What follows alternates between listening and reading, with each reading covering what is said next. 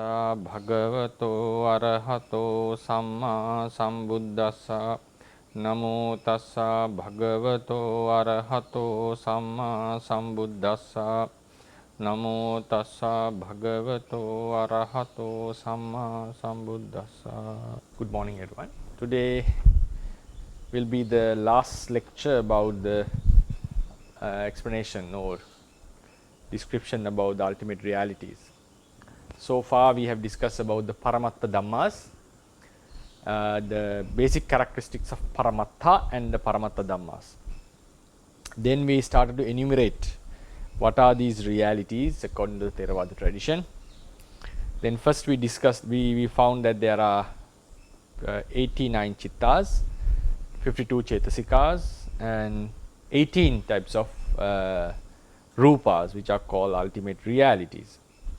Nibbana we excluded because we are talking about the conditioned realities, which are made out of causes, which are produced by causes. Then we first we discussed about the chetasikas, explained the chetasikas and how they are related to the chittas. Then we gave some brief explanations on 2 lectures about the chittas separately. First we introduced the chetasikas and how they are related with the chittas. If I recall our memory, our classes, we first classified what are the akusala chetasikas, unwholesome mental factors. Then the consciousness which are connected with these unwholesome mental factors were designated or were named as unwholesome consciousness. The mental factors which were called beautiful, their associates were called beautiful consciousness. Then we had some miscellaneous types of mental factors, we call them ethically variable ones. The ethically variables were connected with all types of chittas, but there were some 18 chittas that are only connected with these ethically variables, but not with the beautiful mental factors and unwholesome mental factors. Because the mental factors were divided into 3 groups, put into 3 groups: akusala, unwholesome, beautiful, and then ethically variable. Akusala, sobhana, and anya samana. These are the pariterms.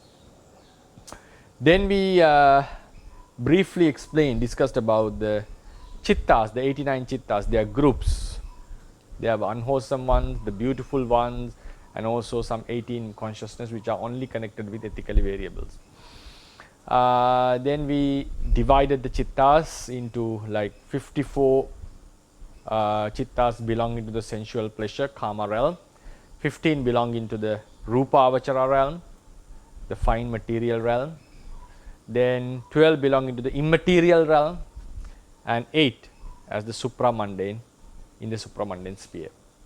I hope you have got some idea about these things, like consciousness, though it is classified as one thing, consciousness, the act of focusing on a particular object, it has been categorized accordingly in this manner into 89 chittas, 89 consciousness, like which realm they belongs to, what sort of associations they have, and so forth. There is lots of information about each and every chitta that we need to discuss in future, but at the moment we are just giving an overall picture about what are they, what are the realities. Now today we are going to discuss the last part, the rupa, the matter. So if you go into the handout, previously given handout, the list of the Paramatthadhammas according to Theravada tradition, today we go to the last page, page number 8. There we find rupa, a subtopic called rupa, 4 great elements and 14 derived elements. 4 great elements were called mahabhuta. 14 derived elements were called upadaya rupa or upada rupa.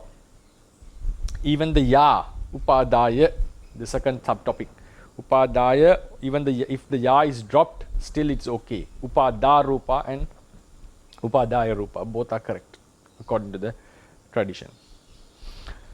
So this is the basic classification of Rupa. Rupa means, normally in English we translate this as corporeal elements. Corporeal. That is a translation for matter. Corporeal element. So corporeal means something which is related to matter.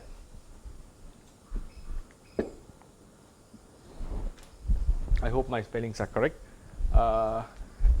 It's matter. So we normally call it, we can also name it as a physical realities, physical elements, corporeal elements, or the matter. So basic characteristic of a corporeal element or matter is they manifest. I'm using the word manifest. They manifest as things. They manifest as things or substances. Substances. So normally the substances or things that we know, that we experience in day-to-day life are sometimes called matter. Or we can call it corporeal elements. So when we investigate what these things are, what a table is, what a chair is, when we go in that intellectual analysis, which we discussed in a few lectures ago, the intellectual analysis of dividing what we experience. In this analysis or in this process of analytical process, in the end we find certain natures or certain, it's better to say the natures, sabhava we call, certain natures or certain qualities that cannot be reduced any further. That cannot be reduced any further. So in the intellectual analysis of a substance, when we go further, step by step, what we end up is some physical qualities.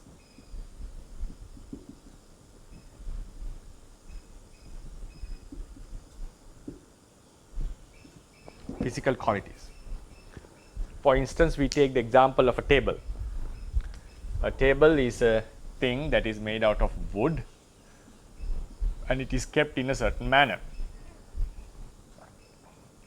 So when we think about this table, we understand that there is nothing other than wood here. The basic essence of the thing which is called table is the wood. There is nothing other than the wood. The same wood can be used to build a chair. So what is a table? Then the question comes, what is actually a table is? Table is an idea which comes into our mind looking into the manner in which the wood has been kept in the space. I'll repeat that sentence again. How the wood is kept in the space, the manner in which the wood is kept or assembled, looking into it, we get a certain idea called a table. But in reality, we find there's only what there is only pure wood. That same wood we arrange in a different arrangement, a different assembling, then we can call it a chair. Or then sometimes we can call it a cupboard. The same wood can be transformed into another thing. But when we think intellectually, we find that in all these three cases, whether it was a chair, whether it was called a table, or whether it was called a cupboard, or even a small house, if we have used the same substance, what we get is just pure wood. The same wood which was used to build a table has been used to build a chair in another occasion.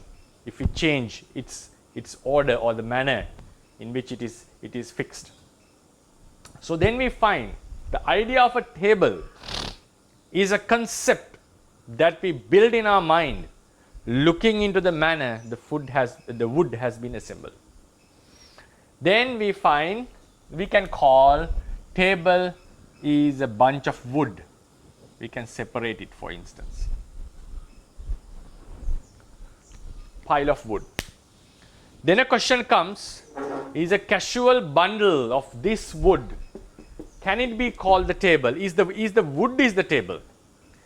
If someone argues the wood itself is table, regardless of its manner, regardless of the manner it has been kept, in all the times we should be able to call it or name it as the table. Because even a casual bundle of wood, even we pile it and tie it with a rope, still we should be able to call it the table. But we do not use, we are not in that usage. Why is that? Because it's just a pile of wood. And what is a table then? If wood is not the table, table means an idea which has been constructed in our mind or which occurred in our mind, looking into the manner how the wood has been kept. So then we find wood is not a table. Wood is not a table. Another question, did the table arise when the wood has been assembled in such a manner? No. Still, it's only wood is there. Nothing new was created. Nothing new has been created in this assembling, in this fixation.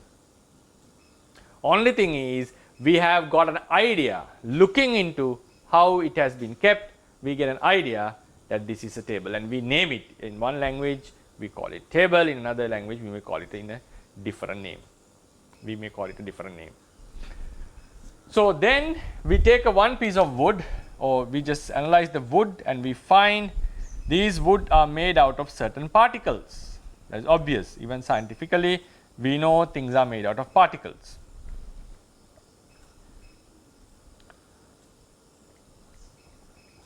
Even scientifically still, even after the quantum physics, emergence of quantum physics, still the idea of particles has not been disproved. Particles do exist according to science even.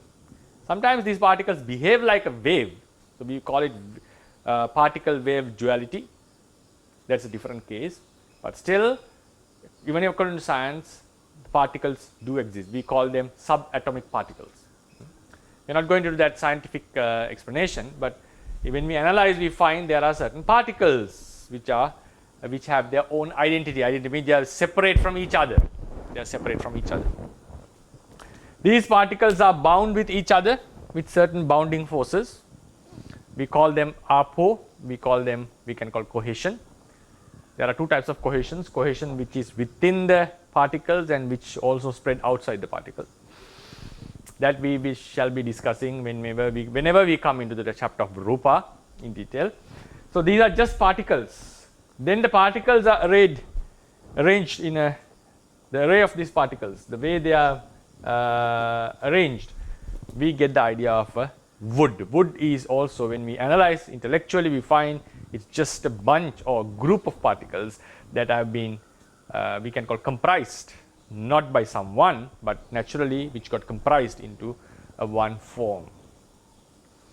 Even we investigate or look into such a piece of wood with some microscopic view, we find that they are separate things. They are separate different things. So then we find, can these particles be called the wood?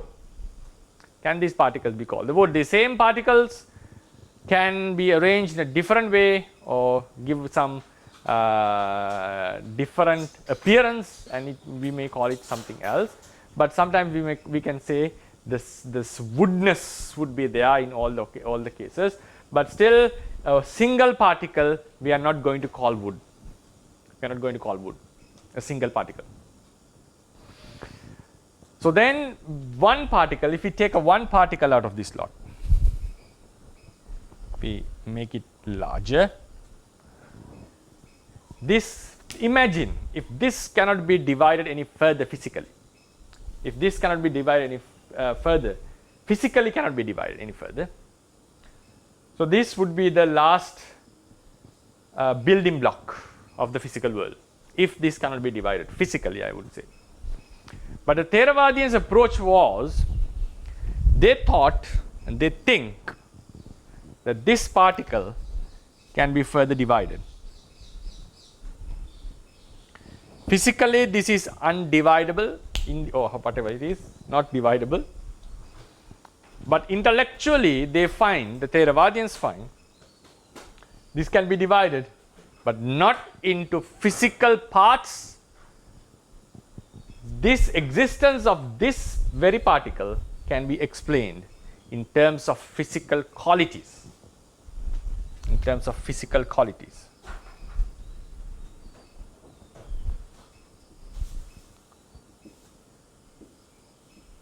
We call them physical natures. Or what are these qualities?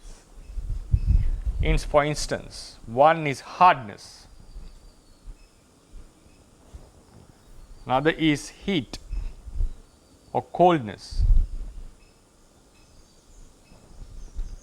cohesion, and pushing nature.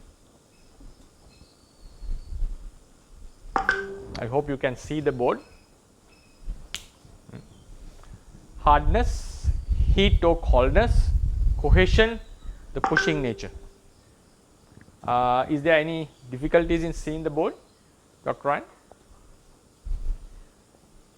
Yes, we can see the board. Okay, right. So, this is how the Theravadians would explain. What is hardness, what is heat, what is cohesion, physical nature? We have to have separate lectures for these. We explain it. How these four elements exist within one particle, we call it a kalapa, one unit, and how do they affect beyond the unit, like how two kalapas, two units are interrelated to each other. So these physical qualities has to be explained in few manners, like within a unit, how they affect outside the unit as an overall group of units. Anyway, so these are the physical qualities into which a physical thing can be reduced. A physical thing can be reduced into these qualities. These are not things. So when I say a quality, what do we mean? We mean a thing does consume space.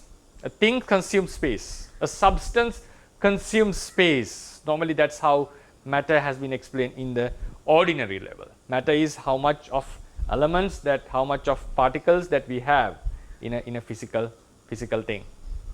So sometimes, it is called the mass, not the matter. Sorry, mass is the physical stuff that we have in a certain body. So these physical things, the matter normally consumes space. It's a thing. It has a weight. It has a, better to say, it has a mass. It has a mass. So, but when we talk about the physical qualities, they do not consume any space, and they do not have any shape. They do not have a specific mass, we would call. But when they come together, when the physical qualities are connected with each other, when they come together, they manifest. Now if we go into reverse order, they manifest as a physical thing. They manifest as a physical thing. These things, these small particles which are constituted with physical qualities come together, they create they appear as a one thing. This is a particle. When the particles are come together, they appear as one thing. Those things are, when those things are connected, in certain manner, we get the things called table, chair, house, the human body, trees, and so forth. This is how this is the Theravadian explanation about the corporeality. So in this analytical process, the things or the qualities that we end up with, as they cannot be divided any further, hardness is a quality. This hardness has to be explained in various ways. Hardness is a quality that allows something to be kept on itself, on its surface, and it's also a rough nature. A very basic explanation of hardness is it doesn't allow another substance to go through it. It doesn't allow another substance to go through it. That's why it can act as a surface. It's the quality. If we analyze this, what is the hardness of this thing? It is the quality. If two things come together, if two things clash with each other, they will be pushed away by each other. Why is that?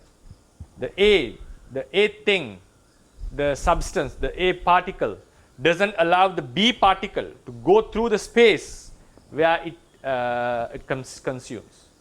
So it's a very basic quality of hardness, not letting another substance to occupy its own space.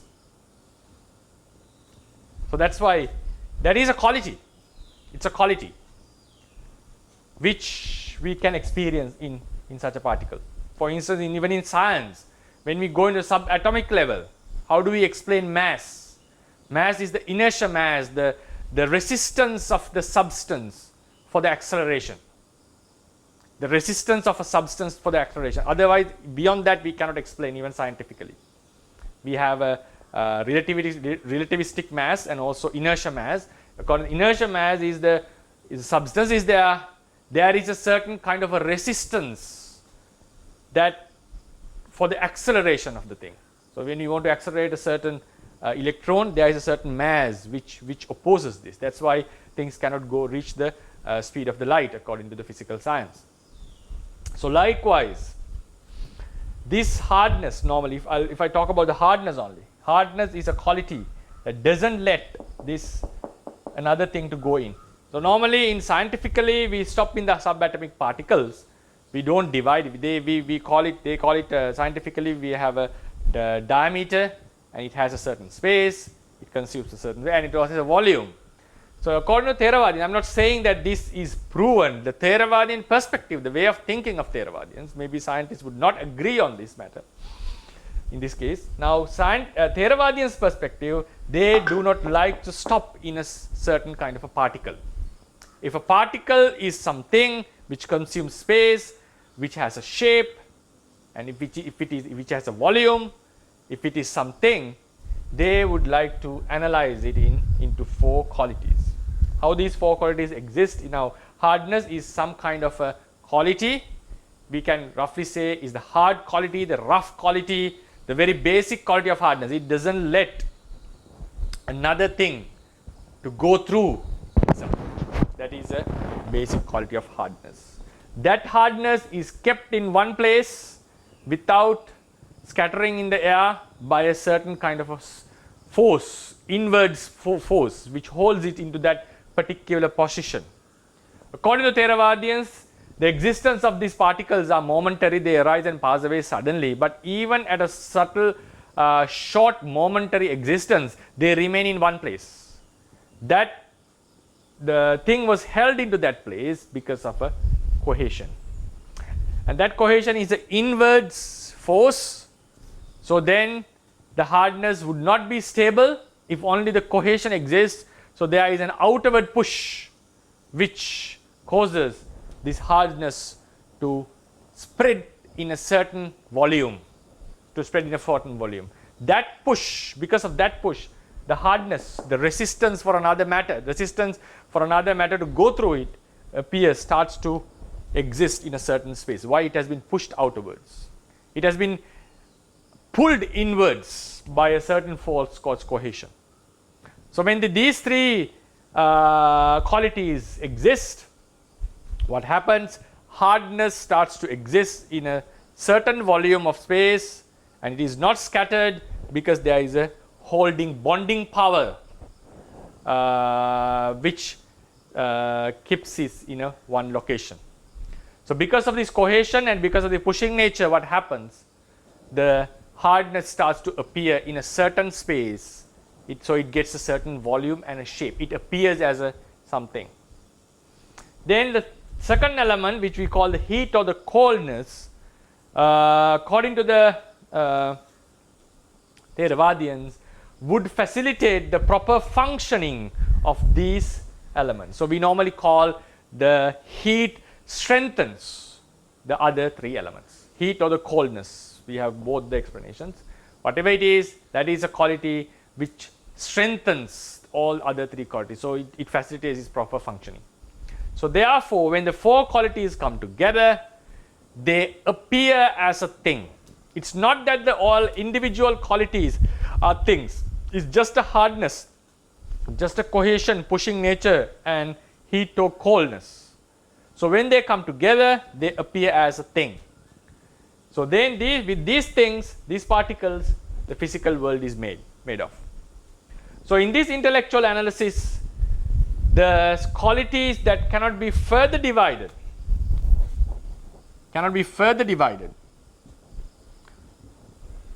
are called rupa according to the ultimate teachings.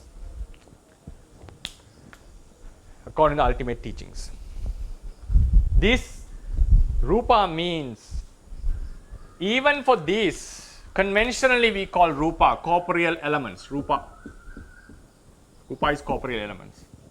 Conventionally we may call these things rupa. In the intellectual analysis of this kind of a rupa, a thing, the qualities that we end up with that cannot be further divided are also called rupa in the ultimate sense. Conventionally this is a rupa, ultimately these are the rupas. So when we are talking about the ultimate realities, these physical qualities are called rupa according to Theravada tradition. So then when these main four, these are the main four qualities, we call them the great elements. If you go into the handout, you find there are hardness, cohesion, and liquidity. Liquidity is something has to be explained with a bunch of particles. Then heat and coldness, and then vayu, pushing or bolting nature, the pushing nature. These four elements has to be explained. Now we just explained about how they exist within a particle and how they affect each other within a body of particles. Also has to be explained further. I will not take much this moment to. I will not focus on that aspect at this moment because it takes some detailed explanation. Then when these four great elements come together, there are some other elements which also appear together with them. If we go into number 6 in the 14 derived elements. 14 derived elements are the rupas when the four great elements come together.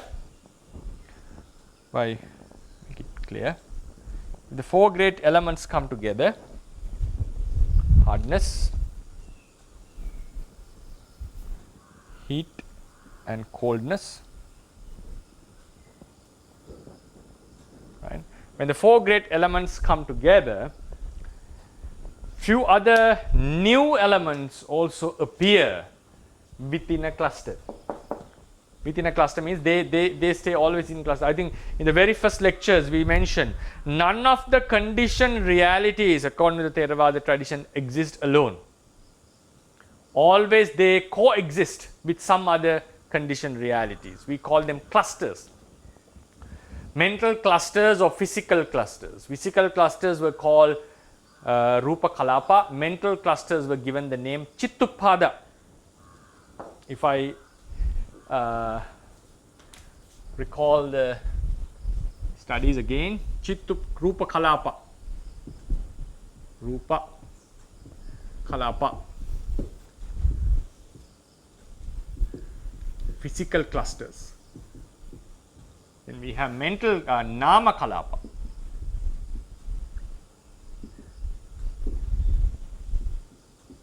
Mental clusters. Physical clusters and mental clusters. What does this say? Mentality or physicality, physical corporeal elements, whatever it is, they do not exist alone. They cannot have the ability to exist alone. They always depend upon, like in groups, like they are like communal stuff. They cannot live alone. Normally, like humans are communal beings, but still humans can live alone in some cases. But they greatly depend on each other.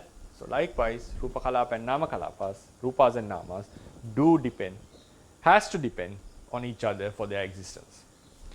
And sometimes even the Nama and Rupa does depend upon each other for instance, like the human life, nama and rupa are interrelated. We are talking about even a rupa cannot exist alone. It has to coexist with some other rupa. Rupa and rupa are mixed together.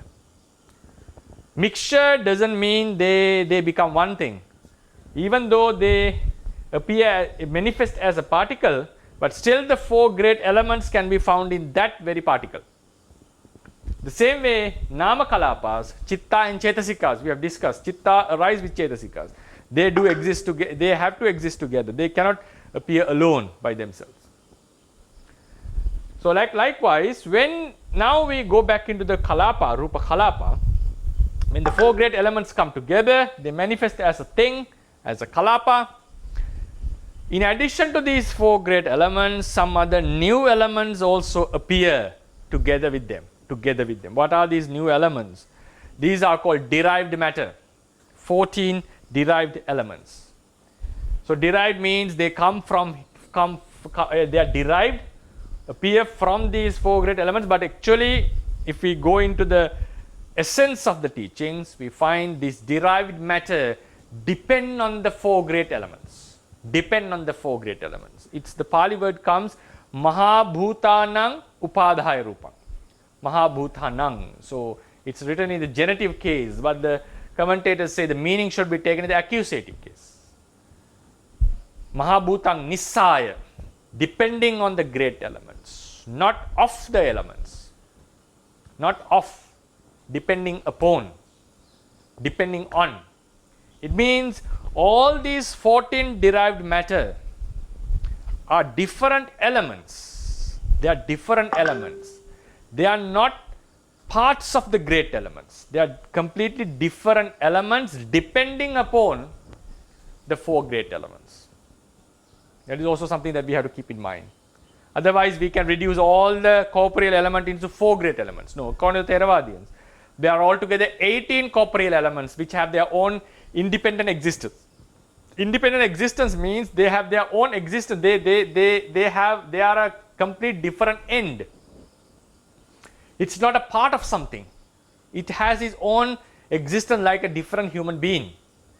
But they cannot exist alone. That is a different case because they are unable to exist by themselves. So they do depend upon each other, but that doesn't mean the derived matter belongs to the great elements. Even great elements cannot exist alone. They have to coexist with each other. So in the same way, derived matter exist on this. Now why do we distinguish? Because if everyone is depending on each other, why do we distinguish the great elements and the derived matter? The reason is normally the derived matter doesn't get the support, the four great elements doesn't get the support from the derived matter. It's the great elements are supporting the derived matter.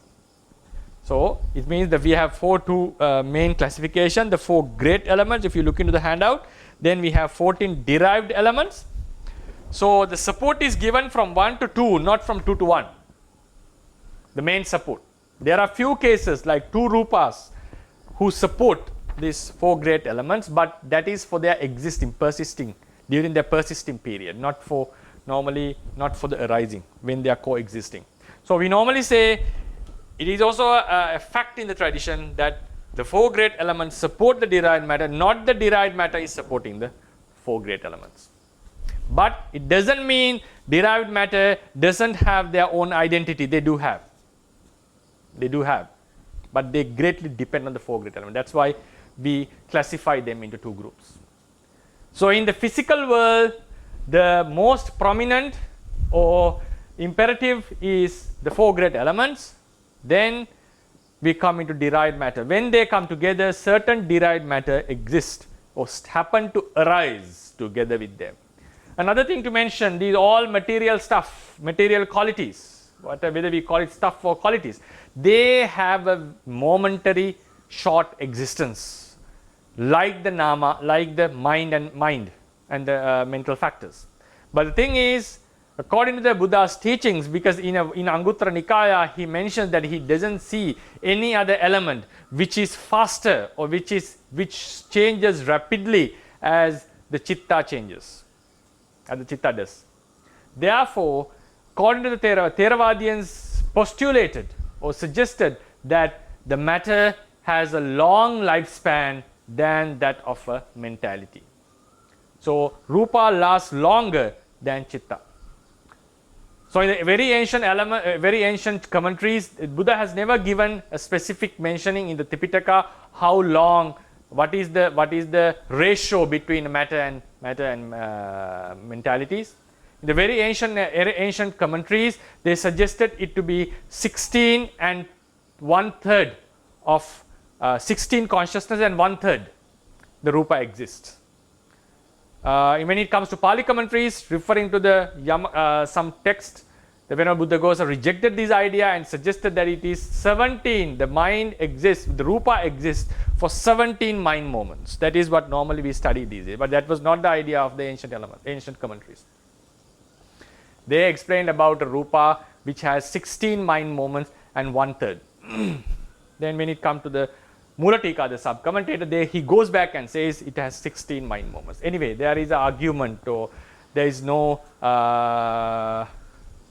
agreement among some scholars about this lifespan, but a fact that is accepted by all the Theravadians is that the rupa exists longer than the chitta. The accepted norm, the idea within the tradition presently is that chitta, rupa exists for 17 mind moments. Like one rupa arises and lasts and passes away. During that period, 17 minds arise and pass away. It's like if rupa arises and lasts and passes away, just drawing it roughly, 17 minds arises and passes away. These are 17, just for one rupa. So these are momentariness of rupa. So according to them, non-like science, which advocate that all the electrons, protons that we have were created in the Big Bang 13.7 billion ago. The Theravadians are of the opinion that even the rupa, the physical stuff, exists and arises and passes away, like the virtual realities in physical science. There is a reality called virtual reality, which are not considered as the main essence of the universe. These virtual realities in the space arise and pass away, and it has been proven by scientifically that such elements out of nothing appears and passes away. So Theravadians' realities, the physical realities, are of similar nature. They arise, pass away, but it's not out of nothing. There is a reason for that. That reason, sometimes a physical element, physical stuff, physical thing can exist. While it exists, another physical thing, which is a combination of the four great elements, appears suddenly and passes away. And out of this, when it exists, another physical stuff arises in a different location.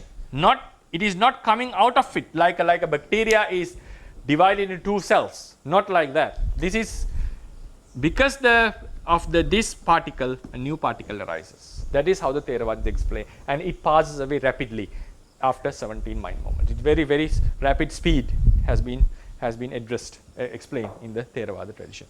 So now during this momentary existence, now I come back to the derived matter. During this momentary existence, there are some other elements that arises and exists together with the great element. So if you go into the list of the 14 derived matter, we find Chakku Pasada, eye sensitivity, Sota Pasada, ear sensitivity, Gana Pasada, the nose sensitivity, Jiva Pasada, the tongue sensitivity, Kaya Pasada, body sensitivity. So these sensitivities doesn't mean the physical eye. Within the physical eye, there are the four great elements. In one part of the eye, there is a certain sensitivity or mirror-like quality, I would call a mirror-like quality. Mirror means now when there is a mirror, the things of the light would reflect on it, and the shadows or the images of the objects would appear on the mirror, on its surface.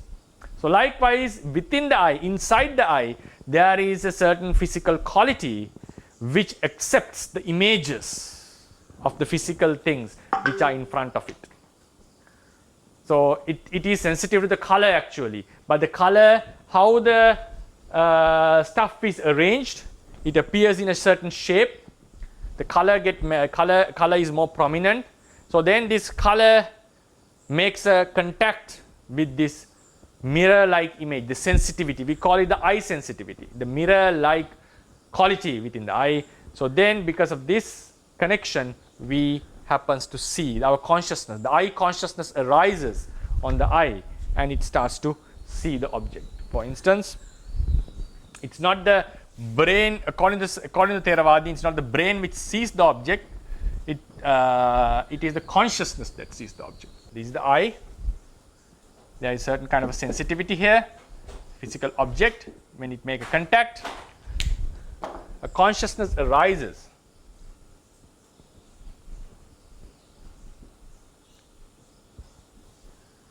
With physical factors, mental factors. This is the eye sensitivity. This is the physical eye. The entire thing is the physical eye. Eye sensitivity is the quality, like the mirror-like quality, which allows the images of this physical thing to appear upon. The same way, ear sensitivity is the quality that is physical quality. This physical quality exists in a kalapa. Kalapa means in 4 great elements, when sometimes within certain 4 great elements, this sensitivity exists. So that becomes sensitive to the, we call the physical color. So then ear sensitivity is, there is a certain kind of a sensitivity within the eye, ear, which is sensitive or receptant of the sound. Ghana pasada, nose sensitivity, the smell receptants like receivers, or the sensitivity which is sensitive to the smell. Tongue sensitivity is a quality which becomes sensitive to the taste.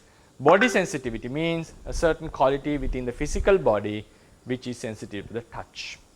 So they all depend on different elements. Like different elements, when the 4 great elements come and appear as things, substances, these in some particles, these sensitivities are found.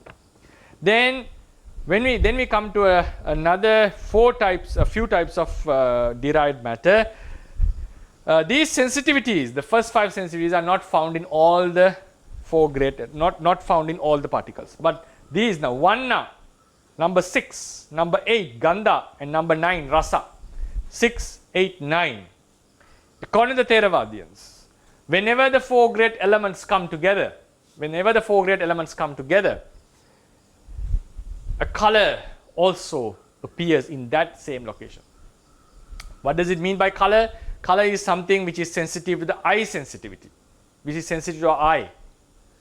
So for the 4 great elements appear in that same location, in that cluster, a new element called color does appear. That color doesn't belong to any of the 4 great elements. Now, if we say the yellow color cluster, yellow. Now, cluster is made out of Patavi, Apo, Tejo, Vayu, hardness, cohesion, heat, and pushing nature. It's not the color of hardness. It's not the color of cohesion. It's not the color of heat or the pushing nature. Color is a separate element which arises when the 4 great elements come together. It's a separate element. Unlike in science, according to science, color is a property of the light. It's not a property inbuilt within the object, but according to Theravadians, color is within the object. It's an inbuilt quality. And everything in the world has a color, but there are certain colors which are very subtle, so our eyes are not sensitive to. So for instance, the air also has a color according to Theravadians, but it is not sensitive. It is not sensitive to our eye. Then number 8, Gandha. When the 4 great elements come together, there is another separate element appearing in the cluster, within the cluster, which we call Gandha, or the smell. Scientifically, smell is a sensation. When the chemicals react with the receptors in the nose, a sensation which arises is called the smell. It is not something within the object. It is not a property of the chemicals. Chemicals contacting with the smell recepting cells or receptors, a sensation occurs. That sensation is termed as gandha. Even the same for the gandha means smell. For the taste, chemicals reacting with certain cells, sensation appears, that is called taste. But according to Theravadians, smell and taste are within the object. They are not just subjectively known. They are not subjectively known. The object itself has a gandha and rasa, the odor and taste. So Theravadians advocate that whenever the four great elements come together, this color, taste and smell do occur together with them, together with the four great elements. Then we come to number 7, the saddha. Saddha is sound. Sound is not found in each and every element, each and every particle. When four great elements means they cannot exist together, exist alone. Great elements means when we say four great elements, they exist in clusters. They manifest as things. So these clusters, when they clash upon each other, clash with each other, or when the clusters which are closely bound to each other are separated, when there is a clash or a separation of the bounded clusters, a new cluster appears. For instance, when two clusters clash,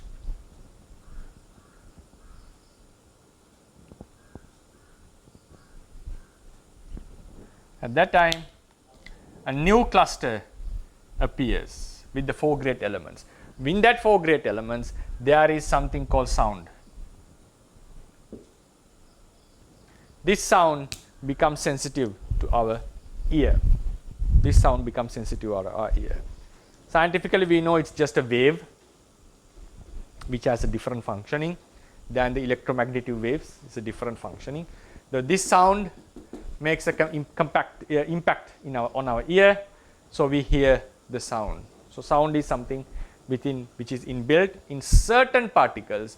When the particles clash together, or particles which are bound with each other are separated. This is how the Theravadians would explain. So these Vanna, Gandha, Rasa and the color, sound, odor and taste are greatly different.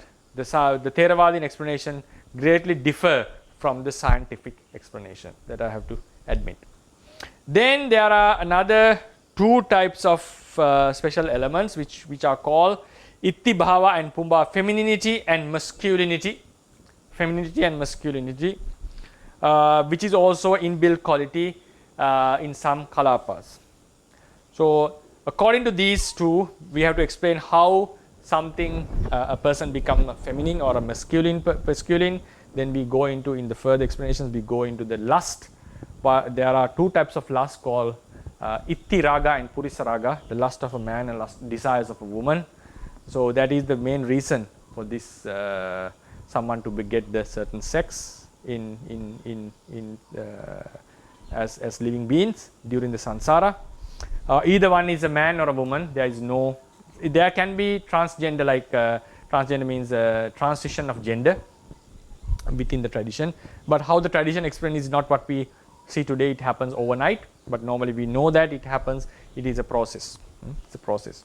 But still, according to Theravadians, there is a moment that a person has to be called a woman or a man. There is a clear cut in it. Even though it has happened over time, there is one moment that still a man transforming into a woman.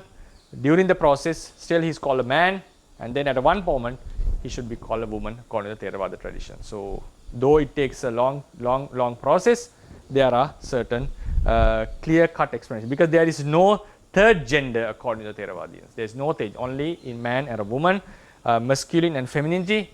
But there is explanation of it has happened in the past, like transition of gender. It happened to a monk, and the Buddha mentions that it's not necessary to reordain the monk. He gets all the vasa that he had already, and he's the same preceptor. No need to change the preceptor even. But he should be given the status of a bhikkhuni. A monk became a lady, and she was automatically transformed into bhikkhuni. And a woman became a man, a bhikkhuni became a man, and he was put into the monk's group, clan, and he became a monk. He had all the vasa and so forth, and also there are explanations the Buddha gave. What about the offenses? That if the person has committed the offense that is common to both bhikkhu and bhikkhunis, still that offense is valid even after the transition of gender. If a monk has committed some offenses that are exclusive to monks, which are not given to, not enforced on bhikkhunis, in such cases, if the gender transition happens, the monk, the new nun, is free from all the offenses that he had committed as a monk. Committed as a monk means that are not common to the bhikkhunis. If those offenses are common, also have to be followed by nuns, still that falls, follow him. He has to purify himself. He cannot just have excuse on it. So likewise, there are certain Vinaya protocols on it and few other. So Ittibhava and Pumbhava are certain two natures within the body, within certain kalapas, which makes the entire body to appear as a man or a woman, right? So in some cases, these two qualities may not exist. Both the qualities may not exist. So we call him a napunsaka, or a person without a specific sex. Then Hadevattu is Hadevade Rupa, means the conscious. Now certain particles have another separate element called Hadevattu, which enables the consciousness to appear upon it, which becomes the base for the consciousness. According to the tradition, it appears in the heart. It is found in the heart, within the heart, not the physical heart, within the heart. So the consciousness appears on such clusters, which the consciousness cannot appear on just normal clusters. The four great elements, color, taste, and smell, all this cluster has to have this Hadevattu, the special element, for the consciousness to appear on it. It has to have that special element. So that is the element which facilitates the arising of consciousness. Then we come into another rupa called Jivitindriya. Jivitindriya means the life faculty. Hadevattu is the base for the consciousness. Jivitindriya is the life faculty. Life faculty means a certain, we call it vitality.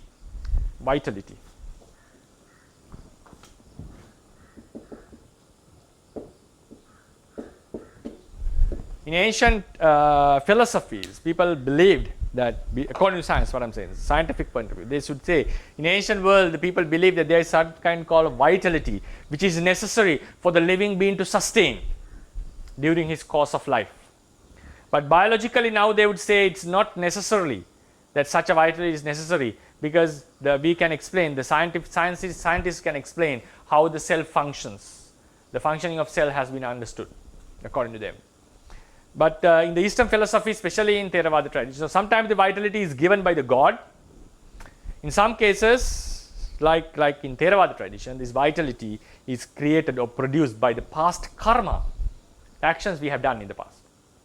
The karma is the energy of this life, the life blood, which is the fuel which makes our life to continue till from our birth to death. So there is a certain element called vitality, life faculty, which appears in some clusters, not all the clusters, but they are spread all over the body.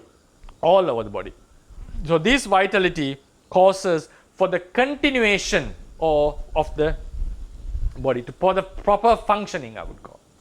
When the vitality is there, the elements, the separate element, the particles would function in generation. Their generation would not collapse. So that's what is called living. It can be found, this generation not even in a table, the generation would not collapse. So, but the thing is, in this case, a life is a production of the karma, and the karma does not exist. Now karma has passed away. In the past moment it was done. Now a person has been born newly.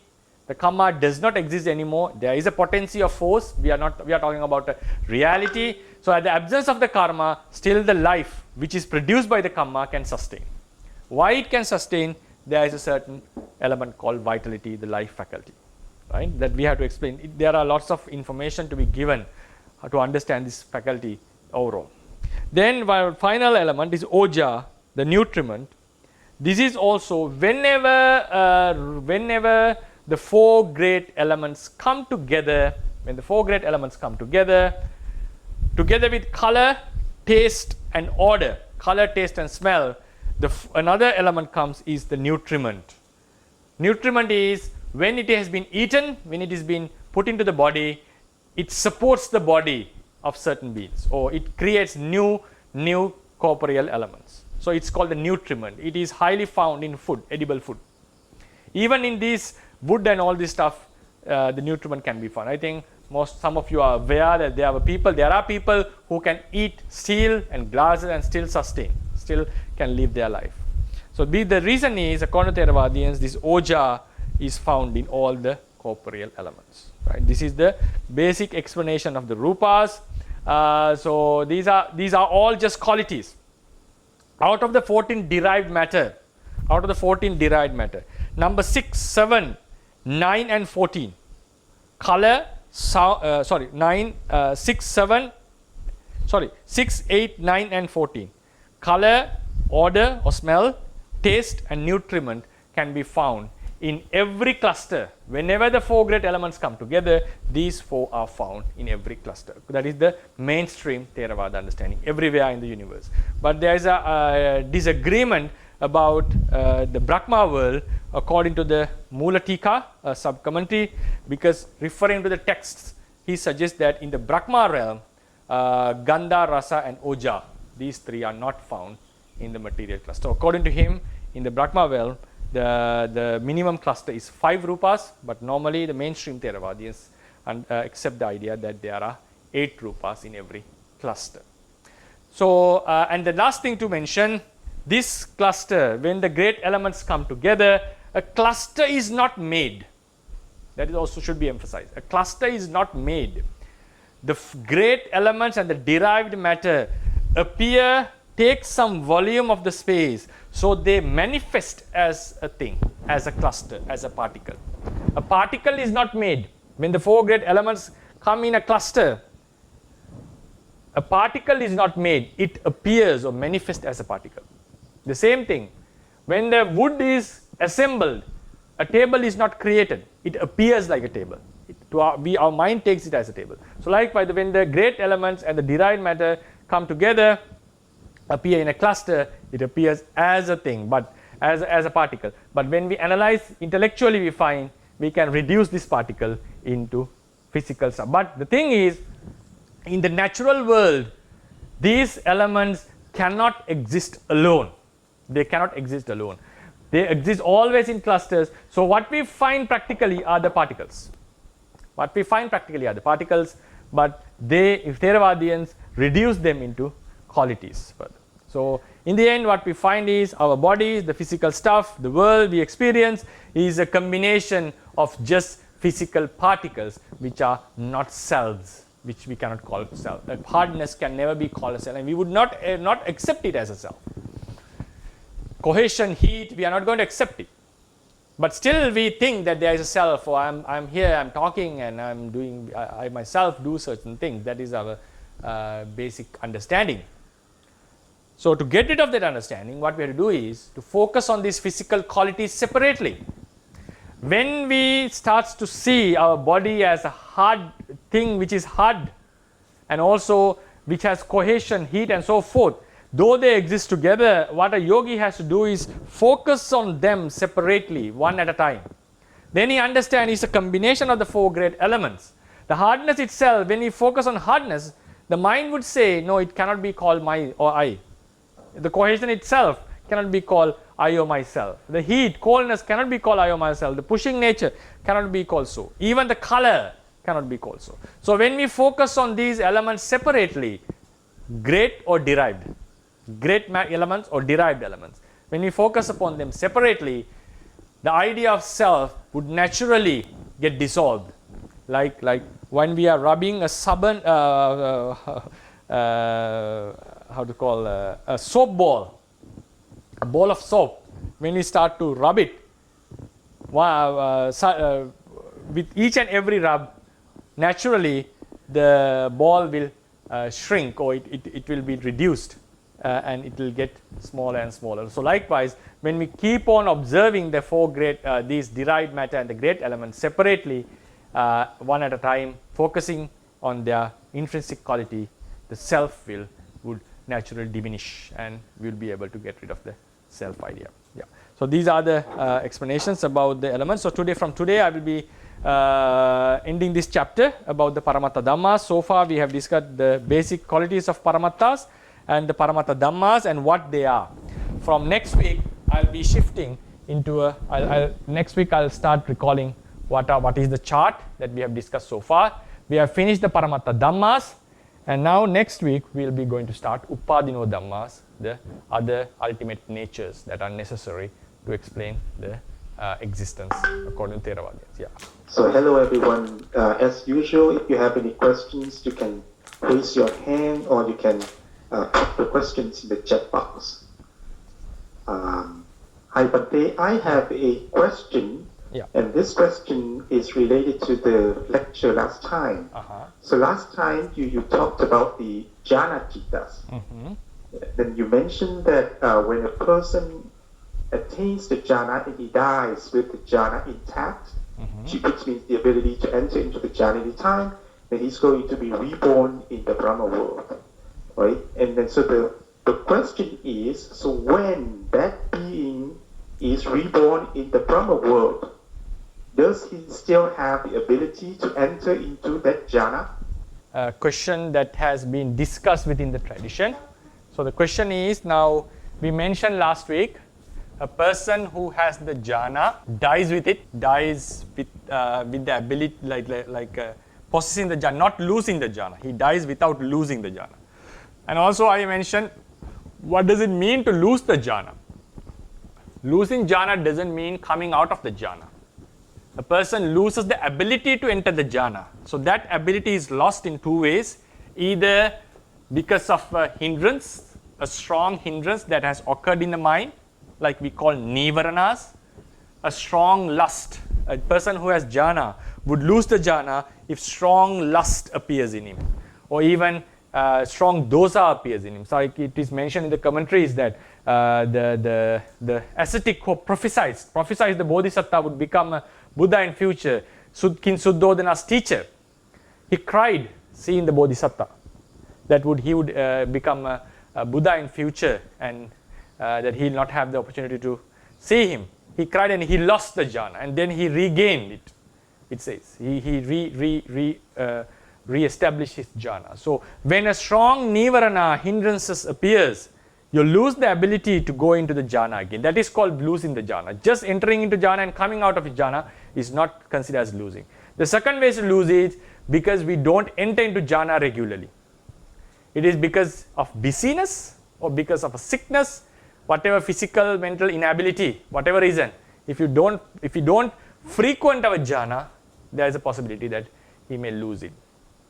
And the tradition advocates that a putujana may lose the jhana in both the ways, whatever, because of nivarana or because of not practicing. Ariya Puggala, like a Sotapanna and so forth, may lose the jhana because only if he doesn't practice. Normally, hindrances are not going to destroy his jhana because hindrances have been already some have been cut off and weakened because of his path consciousness.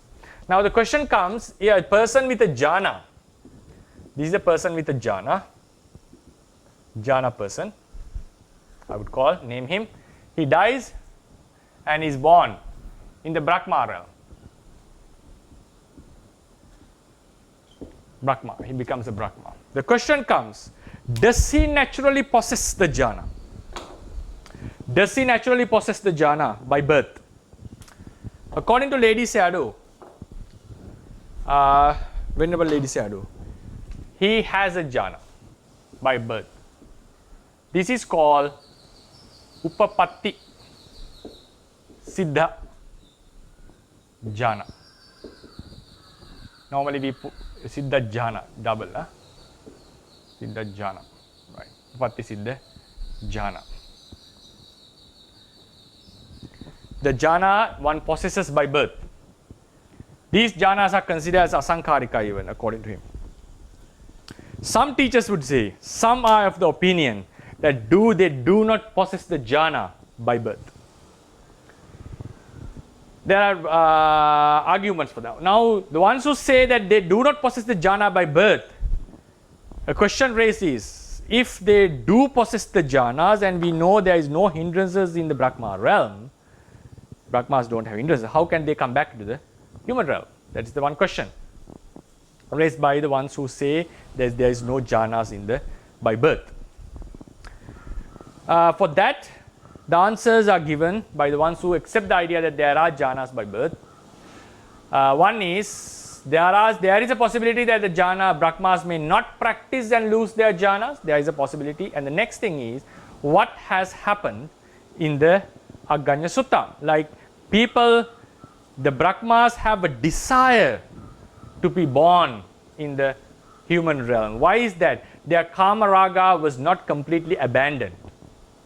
So even though it doesn't appear as a Nivarana level, in the hindrance level, they still have a wish, because of the uneradicated Kama Raga would cause them to like to be born in the human realm. Because it's normally the Brahmas would wish, they have a certain thought when the world is destructed. It is better that the human world is created again. It's better that the Deva worlds are created. They sometimes get a desire to get into the Kama realm. Because why is that? Because the Kama Raga has not been completely eradicated. This desire doesn't come into noble Brahmas. Even a Sotapanna Brahma would not never get that desire to come back. Because his Kama Raga, even though it's not fully eradicated, it has been weakened by his noble attainments. So therefore, even the ones who, according to the teachers who possess, the Brahmas possess jhana by birth, there are two ways a Brahma can be born in the lower realms. That one is because of losing the jhana by not practicing, because of pamada, it's not nivarna, but they may not practice regularly. And the next reason is they have a desire to be born in the nikanti, to born in the Brahma human realm. So that's why even a person who possesses a jhana in the human realm, if he wishes, he can be born in the human realm. That wish or nikanti. So likewise, a Brahma may also have such a desire or wish to be born in the human or Kama realm. The next thing to strengthen this argument is the Arupa Janas. The Arupa Janas. We know that when we go into the Arupa realms, we know that if this is the fourth Arupa realm, a person in the third Arupa realm cannot have the lower jhanas. He can have only third and fourth. He can have only third and fourth. So normally we know if someone doesn't have a jhana, he has to practice the jhana from the beginning. Like if someone wants to go into the Arupa Janas, he has to first practice the Rupas, second, third, fourth, and then go into Arupa Janas. So in that process, it is mentioned in the Abhidhamma that someone who is born in the Arupa, in a particular Arupa realm, does not possess any of the lower Arupa Janas, nor the Rupavachara Janas. So, but it is also mentioned that he possesses that particular Arupa Jana. If the person doesn't possess the jhana by birth, a person who is born in the Arupa realm doesn't possess the jhana by birth, he has to start from the beginning. And there is no possibility that he would start from the first jhana. So if the jhanas are found within them, the only possible, the best explanation, I would not say the only way, the best explanation would be that they possess the jhanas by birth. So therefore, teachers like Lady Sayadaw are of the opinion that jhanas are possessed by Brahmas by birth. Some teachers, as I remember the Janaka Abhivansa or some other teachers, prefer that they do not. They do not. So this is how the explanations are given within the literature. So there is a question from the audience. So when you talked about the four basic qualities, the question is this four basic quality theory unique in the Theravada teachings, or is it inherited from the ancient Indian thoughts? I'm not sure, because the Patavi, Apo, Tejo, Vayu, the four great elements, the idea of four great elements did exist in the ancient India. for sure. Not only in ancient India, even in the other cultures. As far as I know, even in the Greeks understood that the 4 great elements. But the difference of the Theravadians is they attribute, now earth is normally hard, like Patavi. The word was Patavi, Apo, Tejo, Vayu. Different cultures may have different wordings, but Patavi was considered as the hard, is the earth element, like the hard stuff. Heat is the fire.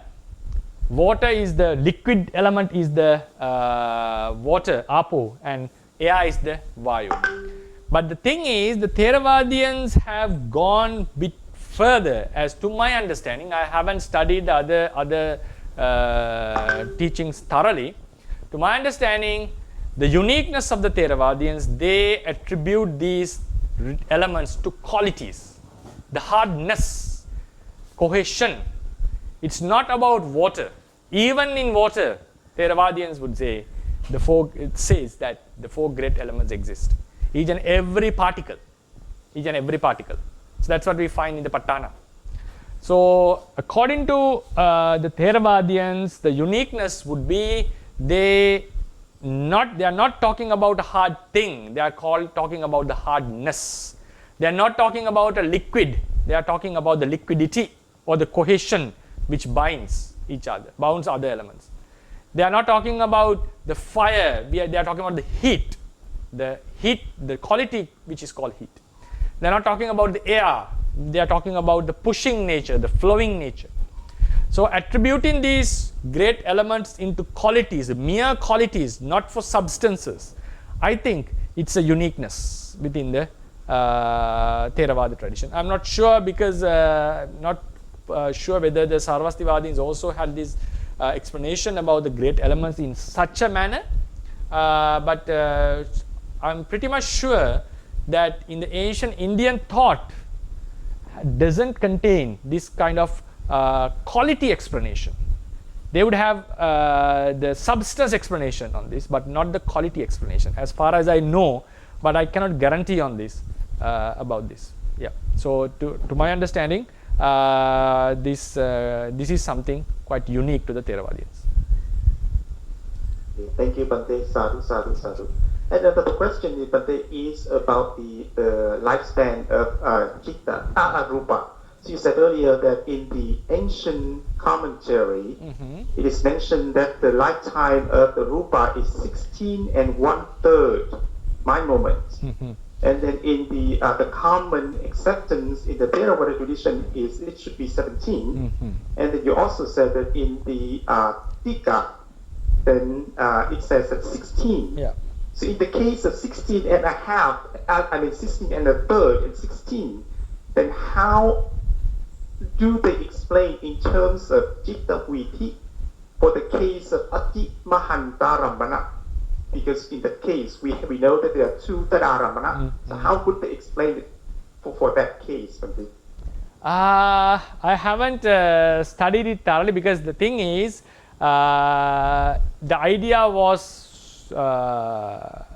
idea didn't get blossomed on 16 1/3, 3-1. It was mentioned by Buddhaghosa that this does not match with the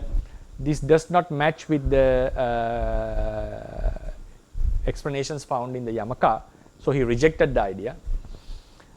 So I'm not able to say how the ancient commentaries would apply this into the Atimahantaramana Viti. But when we come into Mulatika, according to him, Tadalamana, if my memory was correct, can be even 1. It's not necessary for to be 2, according to him. So that's how he would explain that 16 mind moment, Rupa into Atimahantaramana with the 1 Tadalamana. Then with the commentary, ancient commentaries, to be true, I am unable to say how they would explain it.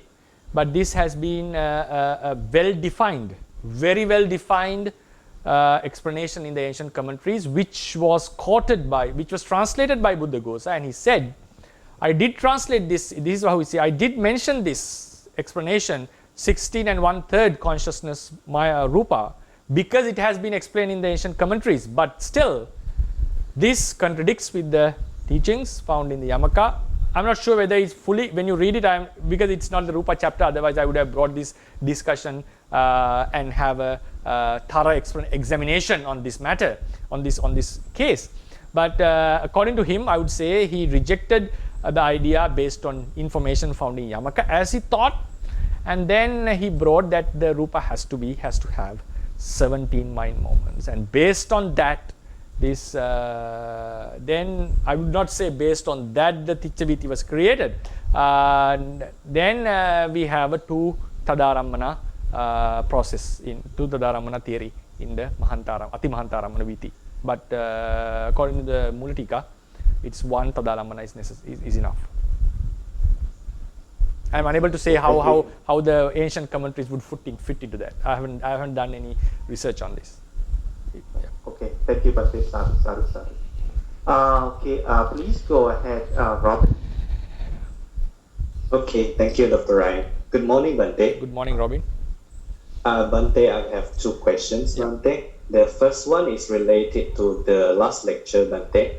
I remember when I saw the recording, you mentioned that the way to be happy, according to our teaching, is then to arise the kusala mind moment as much as possible, Bhante. Yeah. Could Bhante please give some kind of guidance how we can arise the kusala mind moment more, and maybe like some kind of tips, Bhante, in our daily life? And also the second question is regarding the Hade Watu, Bhante. So could Bhante please explain it a little bit more, especially when Bhante said that it is in the heart, but it's not inside the heart. So I'm a little bit confused by that, Bhante. Thank you, Bhante. Okay. So regarding the wholesome mind moment, there are many ways that the wholesome mind can be aroused.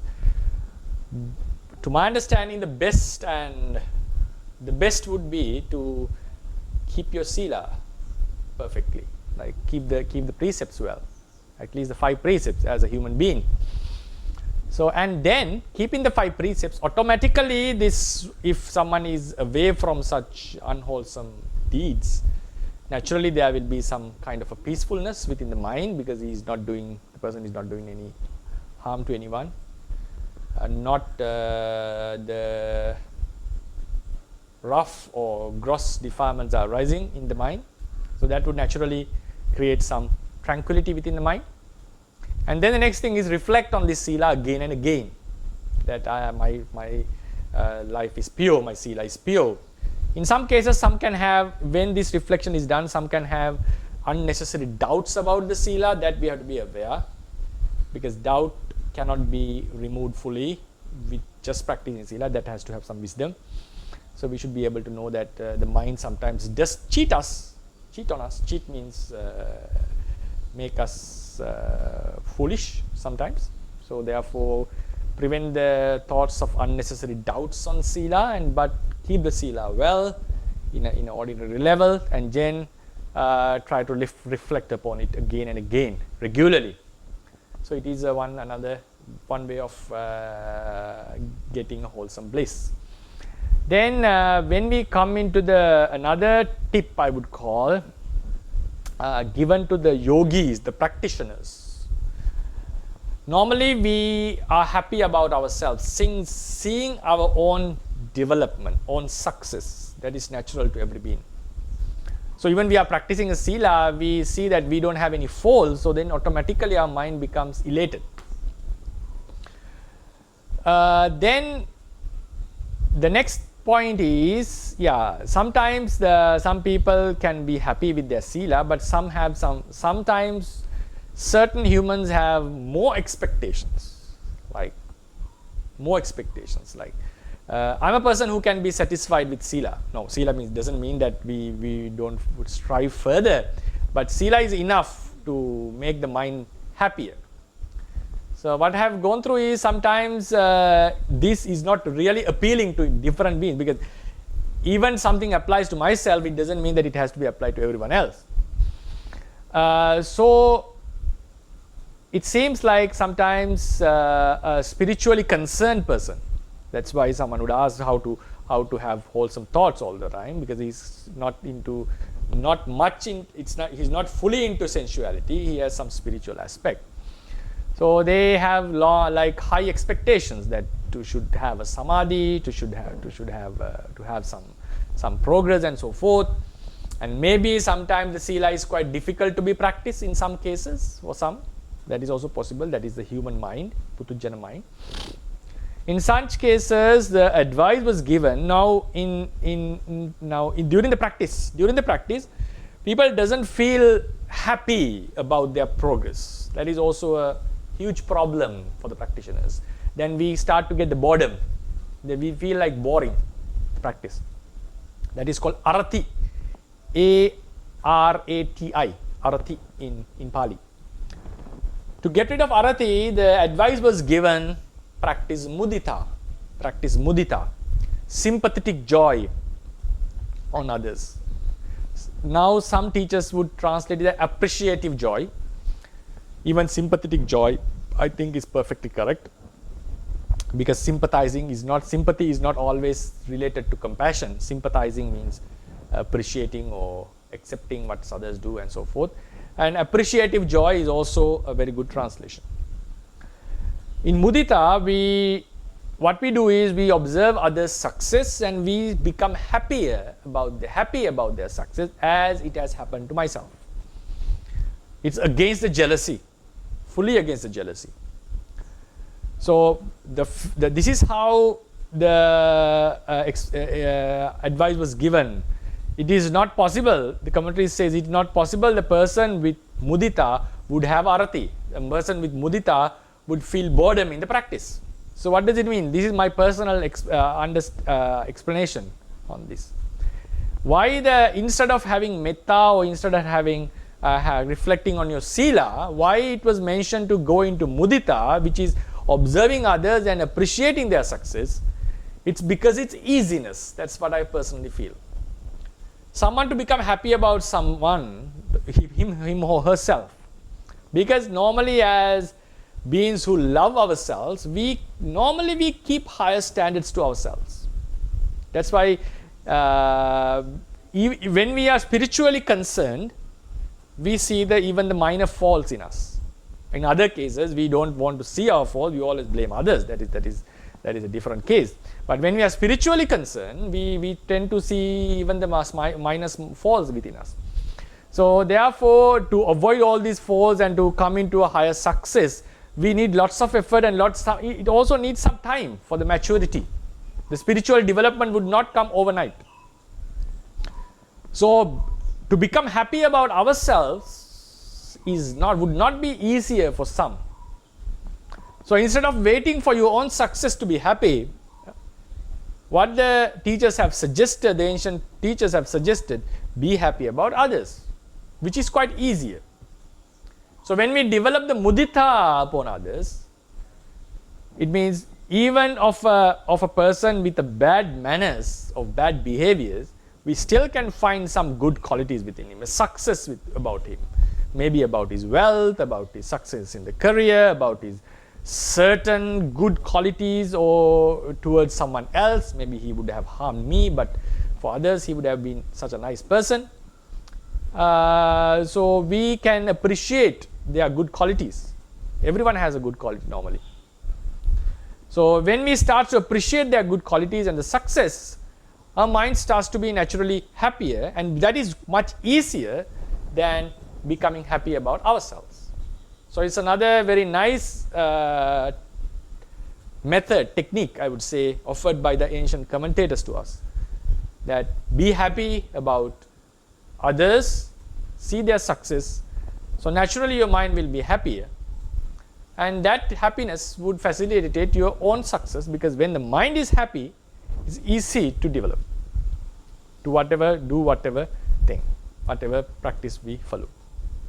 I would give these two suggestions, like keep a sila and try to not to break it, and to always try to reflect upon the sila, that my sila is pure, leaving out the unnecessary doubts. Then try to have sympathetic joy, the appreciative joy towards others, which would also enhance our true happiness. Then the next question comes regarding Hadevatu. Hadevatu means is a subtle kind of rupa within the clusters which facilitates the arising of chittas upon it. So it is said in the books that it is located within the heart, in the blood, but doesn't move out of the heart with the blood. So it remains within the blood. So what happens in a heart transplant? To my personal understanding, the heart transplant, the heart is not always necessary for this rupa to exist. That is another point, because the heart is created after a few weeks in a fetus. After the child has got conceived, it takes some time for the heart to be developed, get into a physical thing. So during that time, according to Theravadians, the heart base does exist and it is not located within a heart. So what happens when in a heart transplant, if the kamma is still there and the other facilities are provided, the heart base would appear in somewhere in the body or in some part connected to our body, and the chitta would appear there. When the heart is planted, new heart is planted, it would start to appear within the heart. Then isn't it the brain? Yeah, brain has a huge effect on it. I think I have mentioned this few times. Brain has an effect to the mind, even though physically they are in two different locations, because the physical effect, rupa affecting other rupas. Like for instance, the oja, the nutriment within each and every kalapa is affecting the entire body according to Theravadians. The apo can affect another rupa kalapa. Tejo can affect another rupa kalapa. So the effects of the rupas go beyond the caster. So likewise, the effects of the brain, according to Theravadian, they are also connected as one system. The brain really needs the support of the consciousness really needs the support of the brain to function properly. So this brain has a distance effect on the consciousness, which is located in the heart. So that's how we would explain about the heart base. So according to Theravadians and according to the experience of certain yogis, the mind is located somewhere here, and in the books it is mentioned within the heart, not the physical heart, as subtle rupa kalapas, subtle matter, matter which exists in subtle rupa kalapas within the heart, associating the blood, but does not flow out of the heart while the blood is circulating. Sadhu, sadhu, sadhu. Thank you, Bhante. Please go ahead, Sagale Punya. Yeah. Good morning, Bhante. Good morning, Saleh. Could you please give the reference when you talk about the ancient commentaries? Okay, I can give you now. Go to the Dhammasangani Commentary. No, sorry, Vibhanga Commentary. Sorry, Vibhanga Commentary. First chapter, we have something called Pakinnaka Katha, page number 20, Vibhanga, Chatta Sangayana.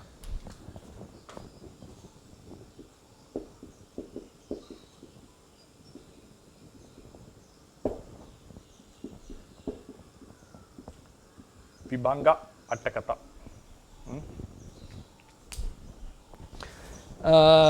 Page number 20. It's a long explanation, but the specific,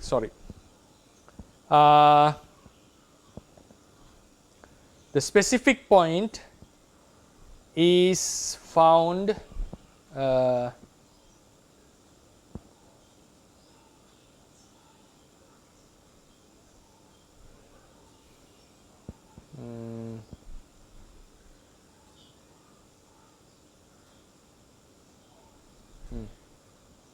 can be found in Karuparinamang. Yeah, in the page number 25. This is one chapter. Chapter means one explanation. It's better to read the entire thing, but you can find the specific information in 25 and 26 on these pages. And rejection of Venerable Buddha Gosa,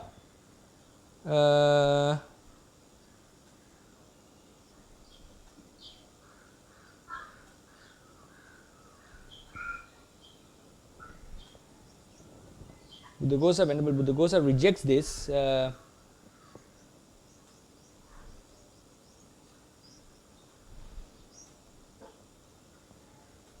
Page number 26. Yeah, you can find it in the 26. How Venerable Buddhaghosa rejects this idea, giving some information from the ancient commentaries. So in the text and rejecting it. And he says, I wrote it. Attakatayang agatatta uttang. I wrote it because it appeared in the Attakatha. Then he tang yasa sankaro nirujjati kaya sankaro nirujjati tasa chitta sankaro nirujjati ti amantati. The Yamaka, the quotation he brings, Imaya Palya Virujjati. This contradicts with this Yamaka teachings. Katang, and he explains it. And then he mentions this should be adjusted likewise, and instead of 16 and 1/3, 16 1/3 was changed. Change means suggested as 17. Based on the Yamaka, not his own opinion. But this 16 and 1/3, the Mulatika says, according to what the one sentence which was given in the ancient commentaries, we can have 4 possibilities: either 16, 16 plus, 17, 17 plus. But when you read the entire thing, read the explanation of the ancient commentaries, this is what we find. And this was rejected by the Buddhaghosa. But when it comes to the Mulatikas, he prefers this 16. So there are 3 explanations within the Theravadians about this, and what is accepted today is the 17 mind moment theory.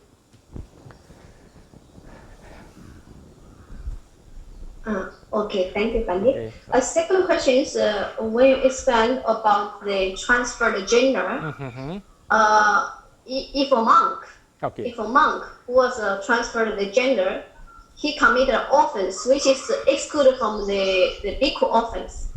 So, did he commit that offense or not? You mean a monk has committed an offense of a bhikkhuni? Is it? No. For example, previously he was a bhikkhuni. Okay, right. And he became a monk. Yeah, because after become monk. But he committed offense, which is excluded from the bhikkhu order. No. Then after he becomes a bhikkhu, what he has to practice is bhikkhu's or bhikkhu's vinaya, not the bhikkhuni vinaya. That means if he, as a monk, he did something as a bhikkhuni, but it's not offense, right? Yeah, not offense. Like for example, some offenses are only for bhikkhunis, not for bhikkhus, right? A bhikkhuni becoming a male and becoming a monk, doesn't need to follow the bhikkhuni order anymore. He has to follow what had been said to monks. But now there are offenses that he has done. Now offenses that we do are not automatically ceased. There should be some specific remedies. There are protocols for that, procedures to purify ourselves. For instance, a monk committing some offenses and without purifying himself disrobes and reordains. The Buddha mentions clearly in the Vinaya, after his reordination, all the offenses that he has done and were not purified are still valid for the next ordination. He has to purify them in the new ordination. It's connected. They are connected. So likewise, a nun committing some offenses exclusive to nuns, not for monks. Somehow gender is changed. He becomes a monk. Those offenses that she has committed, which are only to nuns, would automatically be ceased because there is no way this monk can purify them. They are already gone. Even his gender transits again, still those offenses are cleared because with the transition of gender, those offenses become clear. Then a nun has committed offenses that are common to both bhikkhus and bhikkhunis, and she has not purified herself. Then suddenly she becomes a man and turns into a monk. Those offenses which are common to both are still valid. Even as a monk, he has to purify those offenses. If as a bhikkhuni, that moment he she was committed Parajika. Oh no. Then Parajika is gone. She loses the opportunity at that time. So even the gender is transferred, she still is Parajika. Okay, sadhu. Thank you, Bhante. Please go ahead, Mr. Ananda. Sorry, Bhante. This question relating to the sound. So if I heard correctly, you mentioned certain clusters when they break up or when they hit together, then make sound. So is it common to? Does it mean that it is only to certain clusters, or it is common to all the clusters? Like, I mean, all clusters when they hit each other, then should they emit the sound? That I am unable to say, because this what I can say is, now certain sounds are so subtle that cannot be detected by our sound receptors. So, and it doesn't mean that the sound doesn't appear. So the question is a question comes like, does every cluster having clashed each other, does it produce sounds? I'm not sure about it. I think that there should be some kind of strongness of the impact to create such a sound. I think so, but I'm not sure about that. This is what I feel when the question was raised. But there are certain sounds that we also know that are not sensitive to our ear consciousness. Yeah, I'm not actually asking about the sensitivity. I mean, certain sounds are not sensitive to us. Yeah. But generally, I think it should produce the sound, right? Even though it is not sensitive to human mind. Yeah, that's why it seems like every clash should produce a sound, and then the only thing that what we cannot solve should there be some strength in the clash, like there should be some kind of strength in the clash for it to arise. So that okay. I'm not sure to explain. And I have another question if you have time. This refers to Napunsaka question, Ittibhava Puruṣabhava. So does Buddhism recognize that people can be or sattva can be Napunsaka, or without any gender? Yeah. Does it recognize? It's very common. When they are born, and can it be at the birth itself? Like, normally, can you be? There are two types of Napunsakas. One by birth, one at a later stage. Yeah. So normally by birth there is a Napunsaka. Okay. It's a widely accepted theory. Okay. So is there any particular reason why that happens that way? It's a very rare occurrence, right? But is there any particular reason given by the teachings? Two reasons. One is the weakness of the Patisandhi Kamma, weakness of the Kamma that gave the rebirth. And the next thing is another Kamma could hinder the Kamma and prevent it from giving sex Rupa, Bhava Rupa. Because Bhava Rupa is produced by Kamma. It's an outcome of, it's a Kammaja Rupa, it's produced by Kamma. We didn't classify it in this manner here in the lecture, but in the Rupa chapter we do it. The Bhava Rupa, the sex element, is it can be found in every part of the body. So that element, that quality is arising based on Kamma, and sometimes a different Kamma may hinder the arising of such Rupas. And the next thing is the weakness of the Patisandhi Kamma.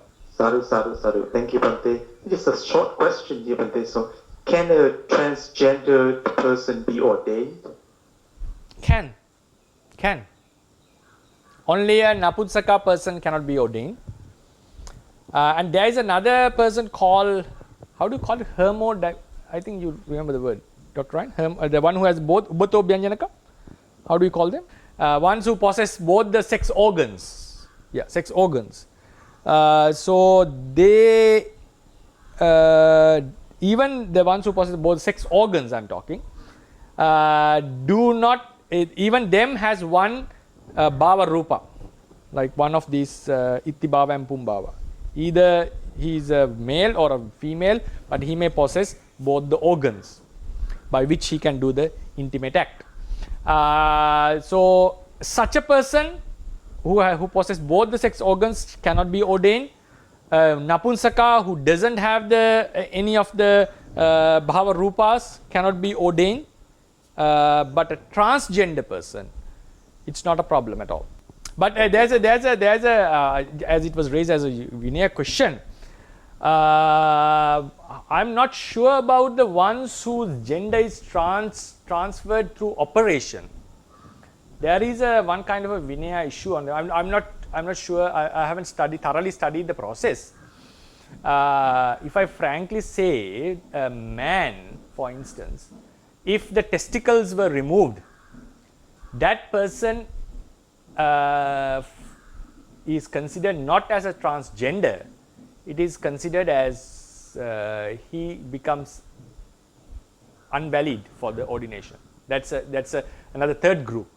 That's what I said when Mr. Anand asked how could a Napunsaka, whether it's happened with the birth or not. According to the Buddhist theories, if the testicles were removed, naturally after some time he becomes a Napunsaka. Then that is what happens during the process of the life. Sometimes it happens by birth. So even such a person is not valid for the ordination. So I'm not sure how the transgender operations are happening, because this was asked as a Vinaya question in one of the monasteries even.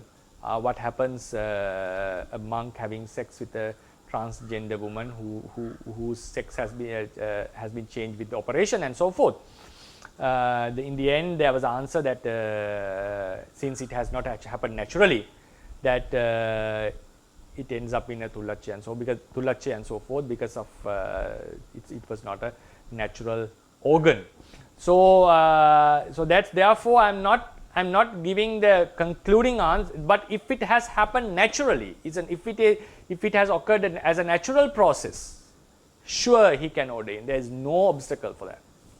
But I'm not sure how there are like male becoming man becoming male, man becoming a female, female becoming a male. In the case of a male becoming a female, I'm not sure how to apply this into Vinaya. I have to search on the process of the operation, what happens to his physicality, and how it related to the Vinaya. But if it is a natural transgender, there is no obstacle at all that he can be ordained. Swami, when you were talking about matter, coming from a physical science perspective, the other obvious quantity that people study about would be the time. So based on the Theravada teachings, what would the time be defined as? Is it a physical property or a perceived property, or something that is derived out of other materialistic qualities?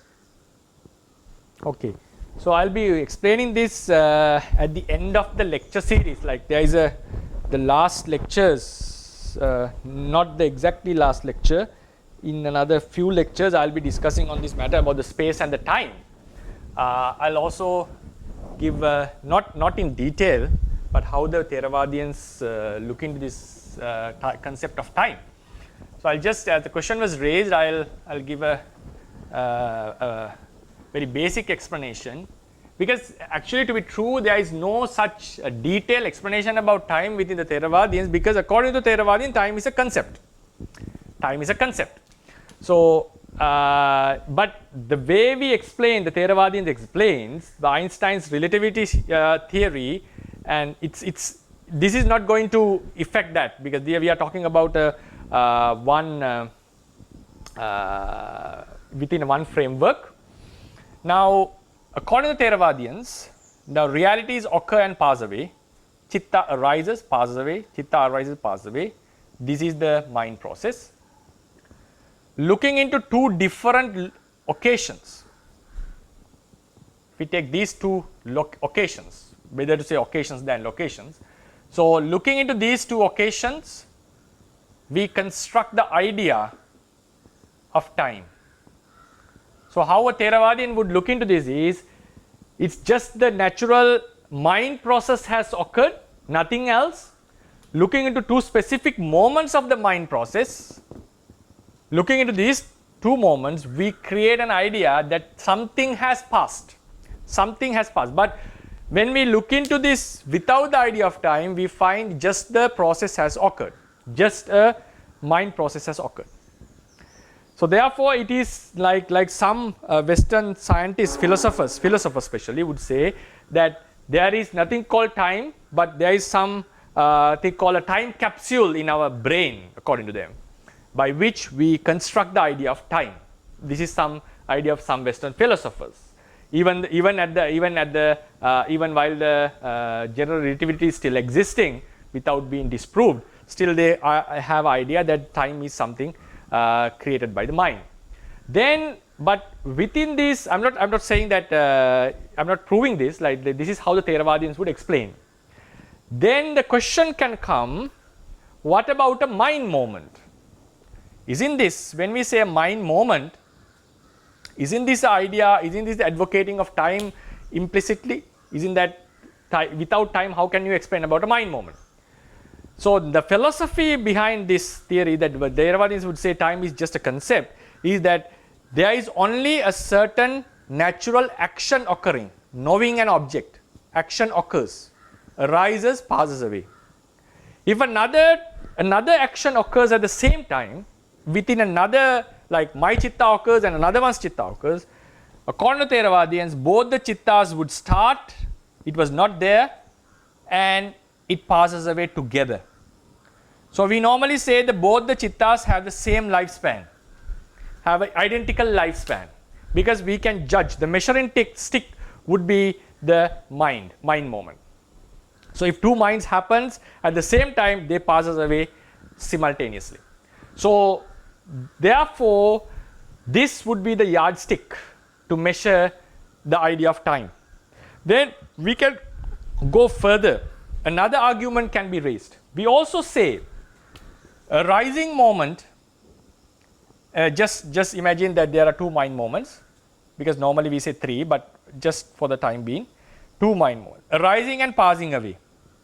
We also say that these two mind moments have an equal lifespan, equal duration. So then, if this was the basic unit of time, unit of knowing the time, so when we have, so to what I understand philosophically is, if there is a unit, one unit that is a certain action, a universal action which has a same duration, how can we have the idea of duration that both actions have been was started at the same time simultaneously and they would end simultaneously? Then we consider both the actions have the same duration. So this would be the ultimate measurement for the idea of time. Then we also advocate that in one mind moment, the arising moment, upadakkhana, and the bhangakkhana, passing moment, are identical. So if this was the basic unit, we cannot divide it into. So what is the idea? Why would we say that this and this have the same duration? Isn't that the idea of? Isn't that we are advocating? Because how can we say that they have the same duration if this is the smallest unit? So it means we know. How do we know this and this occurred that have the same duration? Because there should be some idea, something called time, by which we can measure these two. That's why we could say that this and this had the same duration, if this was the smallest unit of calculating the time. Then this can also be explained in another way. For instance, when a mind has occurred and comes into the peak of the arising, this is not the mind, is not just is the ability to exist, or we can call the strength, whatever it is. So this ability comes into a peak. Normally it goes like this into a peak point. It's not a direct line. It decreases its acceleration. The increment decreases. The acceleration drops, and then it starts to drop down. So this is the peak of the strength. So if a consciousness has come into its peak in its strength, this is called the arising sub-moment. This is how we divide it. from that moment to the vanishing moment is the passing away sub-moment, Bhanga Kala. This is Upada Kala, Bhanga Kala, rising moment, vanishing moment. So when a consciousness has reached its peak in the strength, if another consciousness starts to arise at that moment, what happens? It would reach its peak together when at the moment this consciousness vanishes. So that was the yardstick. Then this consciousness passes away.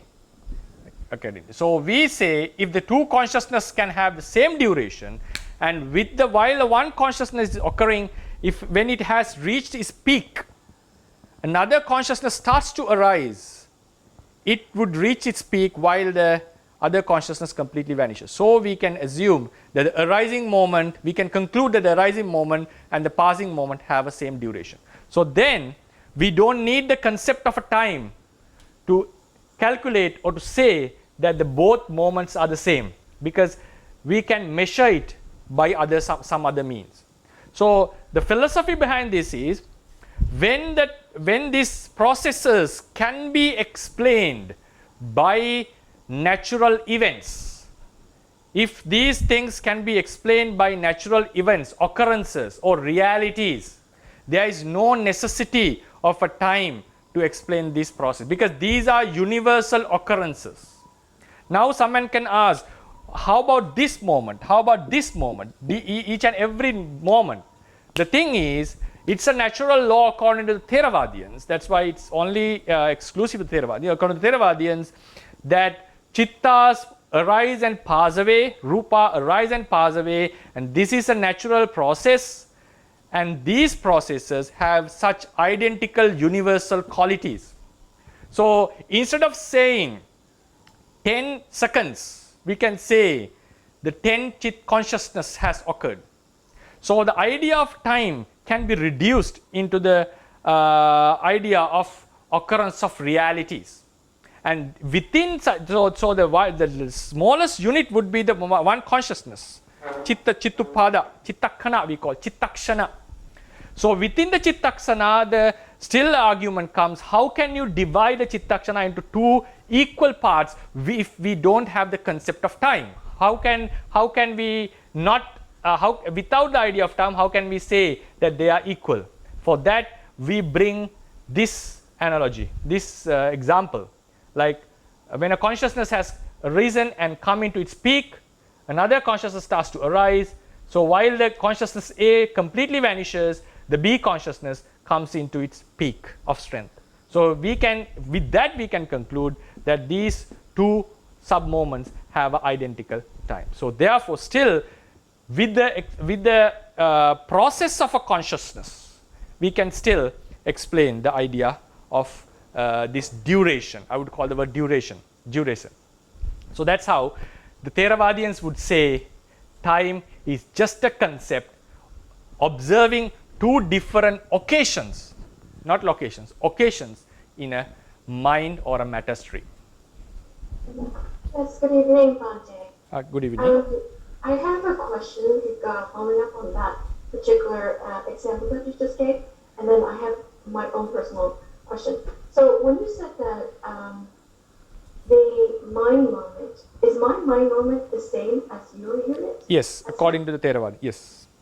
So it would just be the same for everyone? Yes, it's a universal constant. And is that the same for animals? Yes. Thank you very much. So the question I have is regarding abortion, on the subject of abortion. So the debate was if the fetus has not a certain form, then it's not abortion. But if the fetus has a certain organs, then that's considered abortion. Would you explain to me, according to the Theravada idea, what is considered abortion and what's considered a killing versus not killing? According to the Buddha has given a very direct answer to this. According to Buddha, he has a very direct answer. He mentions, I consider the life from the moment of conception. Regardless of the shape, the size, his reactions to the outside world, The moment the Patisandhi Chitta has occurred, the very moment the first consciousness has occurred within the womb, I consider the life has occurred. If a monk even supports, a monk cannot do abortion because there will be no child within his womb, right? So there's no womb for a man. So normally, so a monk, even he supports for the abortion, regardless of the age of the fetus, the monk commits parajika. It's considered as killing a human being.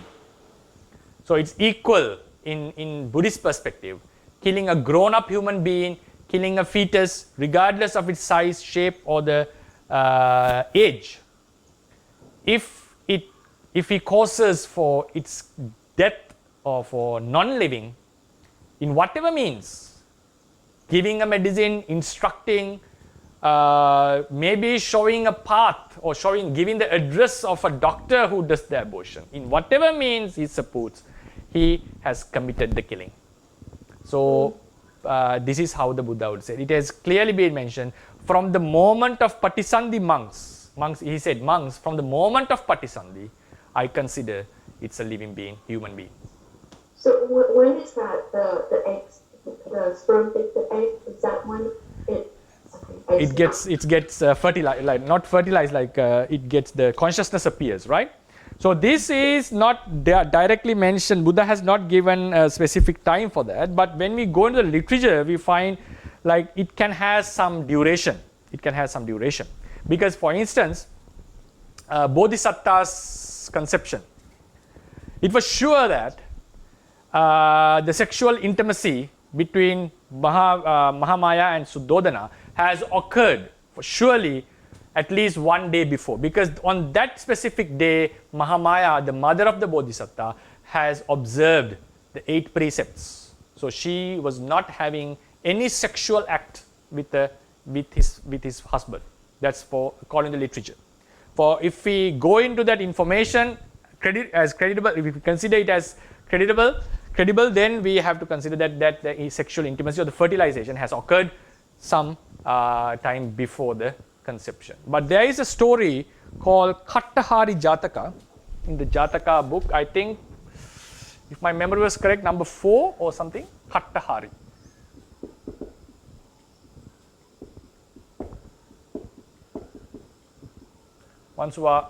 You can, even the Jataka book is fully translated into English, right? Entirely translated. So anyone can read this. This is in the within the first 10 Jatakas, Kattahari Jatakas. The Kattahari Jataka, one king, while wandering in a garden, met a certain woman and had sex with her because she was very attractive. The Jataka said, on that very moment, even while the king was still there, before he has left, the mother felt that she was conceived with a child. So it shows that even at that moment, it doesn't mean after how many minutes and so forth. So according to that Jataka, in that very moment, after the sexual intimacy has happened, the child got conceived. And when we go into the Bodhisatta story, that's for sure it has taken more than one day. So there is some kind of, according to the literature, I'm not familiar with the scientific explanation on this. Normally, within a certain range of time, conception can happen. And also it is mentioned in the Dhammapada Commentary, while the Mahakassapa was observing the life and death, birth and death of different beings, especially the human beings, he found that within a lady's womb, after the fertilized eggs were there, within a lady's womb, in many ladies' wombs, creatures suddenly appear, get conceived, and passes away, similar to the water bubbles which appear and passes, arise and vanishes when a rain is falling. So it was like many beings are appearing and passing away, only one person who has the capability or strength, the karma is strong enough, would sustain in a mother's womb. So Buddha, while he was observing, the Mahakassapa was observing, Buddha saw his observation and he gave some advice to the Mahakassapa. that so that also is mentioned, that such conceptions do occur regularly in a fertile lady's body, but only one or few would sustain. Yeah, this is how I'd like to share. Thank you, Bhante. It's a debate among the Christian friends of mine regarding what fetus being aborted and when it's acceptable and when it's not. Okay. And I had stated that it's not acceptable, period, but they disagree with me. Okay. So thank you for that. Okay, you're welcome. Thank you, Bhante. Okay, sadhu, sadhu. So shall we call it a day? Okay. Sadhu, Bhante. Yeah, I just have a comment on that. Very short comment. Okay, Bhante. sure. Because I had a chance to read a thesis, a master thesis of a monk on that, Parajika. And I remember that it says that the time frame is 7 days. Bhante. 7 days, right? So so the egg and the sperm meets together, and then there is a time frame for 7 days for the conception happen. Okay, this makes sense. Yeah. You couldn't get the reference, right? You don't remember the reference. But I know who. I mean, I can get the reference. Oh, please. You can share next week in the class, if you possible. Sure. Okay, thank you very much. So we'll call it a day, and with this merit of teaching, discussing, listening Dhamma, may all of us be able to attain the full liberation soon, and also may this merit support for the sustaining of Buddha's teachings for a longer period. Buddha sasanang chirantitthatu, Buddha sasanang chirantitthatu, Buddha sasanang chirantitthatu, sadhu, sadhu, sadhu.